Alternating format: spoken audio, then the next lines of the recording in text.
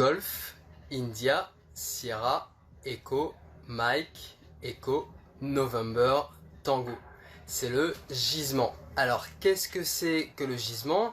Le gisement, c'est l'angle que fait la ligne de foi du bateau, c'est-à-dire l'angle avant-arrière du bateau, avec la direction d'un point sur l'eau ou dans le paysage.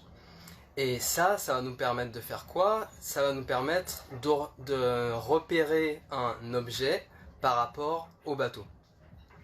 Alors cet angle, vu que les points qui nous intéressent, ils peuvent être fixes comme un phare par exemple, mais aussi mobiles, ça peut être un bateau qui est autour de nous. Du coup, l'angle peut être de 0 jusqu'à 360 degrés, donc tout autour de nous. Et cet angle, en fait, c'est pas pour la plaisance, c'est pas réellement la valeur exacte qui nous intéresse, sa valeur absolue, mais c'est plutôt sa valeur relative et comment est-ce qu'il va évoluer dans le temps. C'est ce qu'on va observer. Alors, si on veut comment savoir sa valeur exacte, en fait, il y a plusieurs moyens, dont deux. L'un, c'est de manière mécanique. C'était utilisé, ça l'est sûrement encore dans la marine. Ça s'appelle un taximètre. Et le taximètre, qu'est-ce que c'est? C'est finalement un rapporteur qui fait 360 degrés, avec le 0 qui est aligné avec la ligne de foi du bateau. Et on a un viseur qu'on va pouvoir tourner, orienter, pour pointer directement vers le point qui nous intéresse, que ce soit un point fixe ou un bateau qui passe. Et ce viseur, ça s'appelle une alidade, et ce viseur va nous permettre ensuite de lire exactement quel angle sur la graduation du rapporteur. Donc comme ça, on va avoir la valeur absolue du gisement.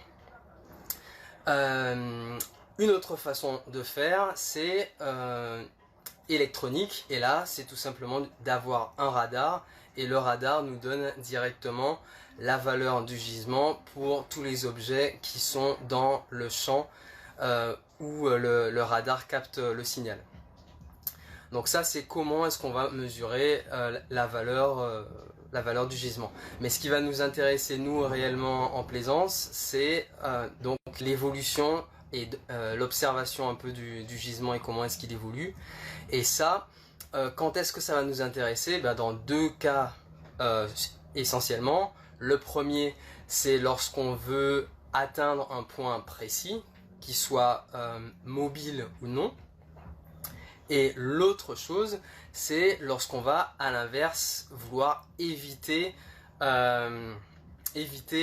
exemple un bateau qui fait route de collision avec nous. Et donc le point essentiel dans ces deux cas, c'est le gisement constant. Donc c'est la notion de gisement constant. Et c'est ce qu'on va voir tout de suite avec trois exemples pratiques. Voyons maintenant les trois exemples. Premier cas, on veut atteindre un point précis.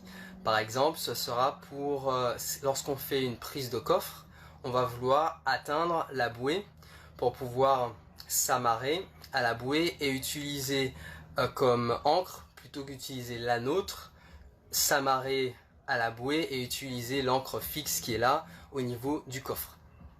Alors, pour ça, on va chercher à avoir toujours un gisement constant. C'est-à-dire que pour ça, dans la pratique, on va fixer un point sur notre bateau et on va aussi avoir un point qu'on fixe, qu'on va choisir au niveau du coffre, par exemple. Et ce qu'on va chercher à faire, c'est que lorsqu'on s'approche du coffre, on va chercher à toujours garder l'alignement entre le point fixe sur notre bateau et le point que l'on veut atteindre. Exemple, on pourra prendre comme point fixe sur notre bateau un chandelier. Vous savez, c'est les longues pièces métalliques qui permettent de supporter les filières qui font le tour du bateau.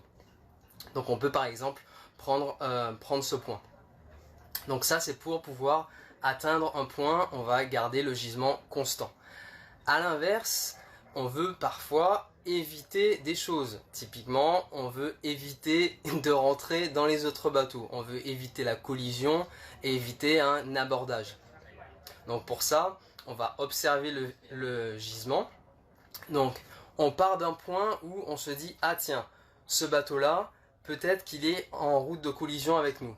Donc là, on va choisir un point fixe sur notre bateau et un point fixe sur l'autre bateau qu'on va aligner. Et ensuite, on va regarder comment est-ce que ces deux points évoluent l'un par rapport à l'autre.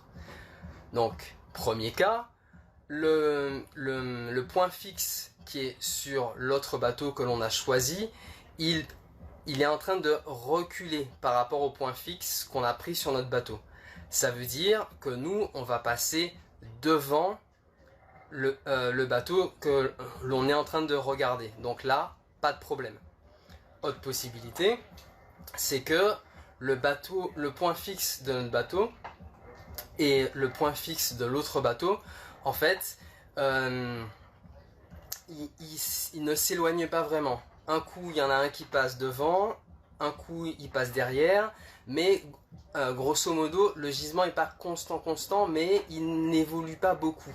Là, il y a danger, il y a risque de collision, et ça, donc il y a, pour éviter les abordages, il y a les règles du RIPAM, qui est le règlement international pour la prévention des abordages en mer, qui définit des privilèges, pas des priorités, mais dans tous les cas, si jamais on voit, même si on est privilégié, si jamais l'autre bateau